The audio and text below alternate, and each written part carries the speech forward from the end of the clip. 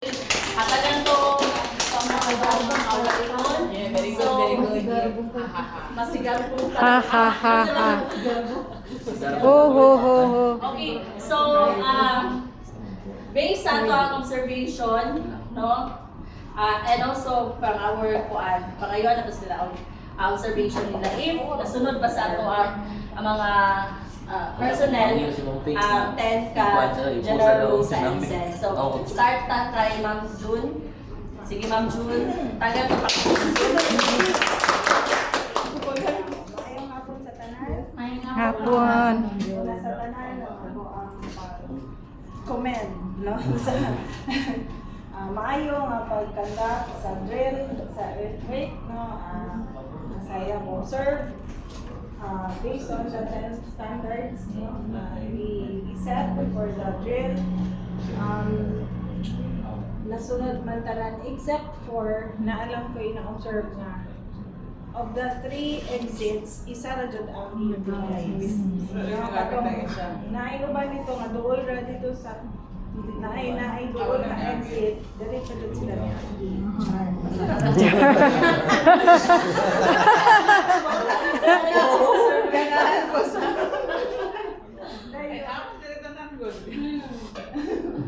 Kinahanglan dito ra jud sila talaga. Balik yung building, Ma'am Jun, di ba siya kuan? Port ka ng, kasabag mo exit dahil sa Picas, di ba siya ka ng photo dyan? Dito, risky ba? Sila may nag-identify na naay uban na exit. Ang pinaanan nito na ang dito is dili siya pwede ma-evacuation area. Okay. Hindi ko naman kumagi na. So, kato lang, wala na utilize ang kung paano ang exit. Thank you. Sige, thank you so much, Ma'am. And next is from our program manager, Sir Glenn.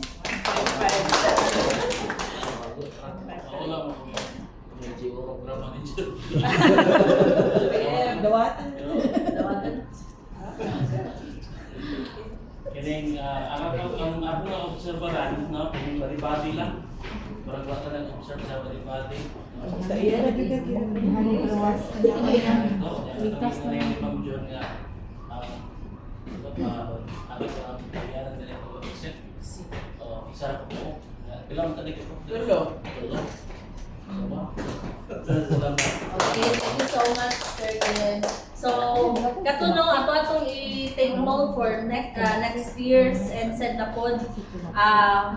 Also, Ma'am June, ako to i-quant yung mga suggestion kanina regarding sa katong assignment, sa designation kung pinsa ang account of.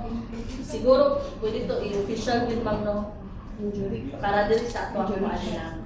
And si Sir Jules Sayahang, injury check. Injury.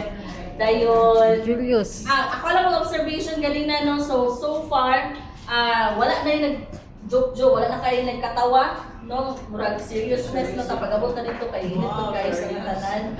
Kaya last time, during sa katong pagnaod pa lang diri, sige na yung katawa hangtod nga naabot dito sa gawa. So this time, thank you kaayo no kay inyo akong Charlie, take seriously ang ato